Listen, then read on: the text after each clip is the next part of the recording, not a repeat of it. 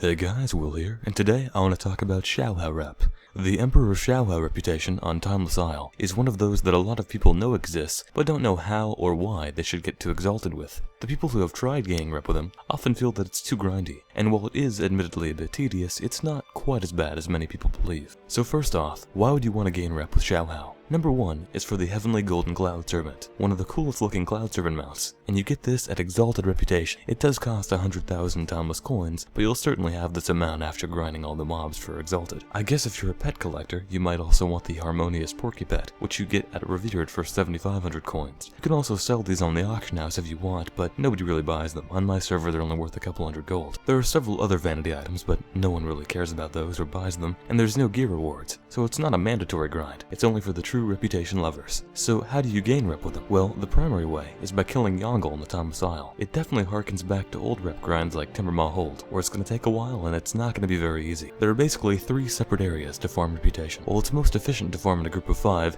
you can do it yourself or with a couple of friends if you prefer. The first area, the Firewalker Ruins, is the easiest and thus the least rewarding per kill. There's quite a few grouped up non-elites rewarding about 5 rep each, and a moderate amount of elites rewarding about 10 rep each. The Oath Guards are particularly notable because they channel an ability which causes the other mobs to take 75% less damage. You'll want to interrupt this or have a stun rotation if you pull multiple Oath Guards. It's actually quite difficult to handle if you pull several of them and are doing it solo. So if you're doing this in a group, it's okay, but if you're doing it solo, make sure not to pull too many of these guys. They don't do much damage, but they make it take a long time to kill anything. The next spot is the Blazing Way, which poses a bit more of a challenge. The most common mobs here are the Burning Berserkers, which reward 15 rep per kill.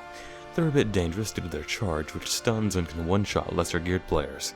You'll also find some Eternal Kiln Masters and Blazebound Chanters, but not in large quantities. Kiln Masters are regarded as more difficult for melee, while Chanters pose more of a threat to ranged. The trick to these mobs is to deal with their special abilities. The Kiln Masters spam a line of fire, which you have to move out of very quickly. The Chanters summon Molten Giants, which despawn when the Chanter is killed, so it's usually best to ignore them.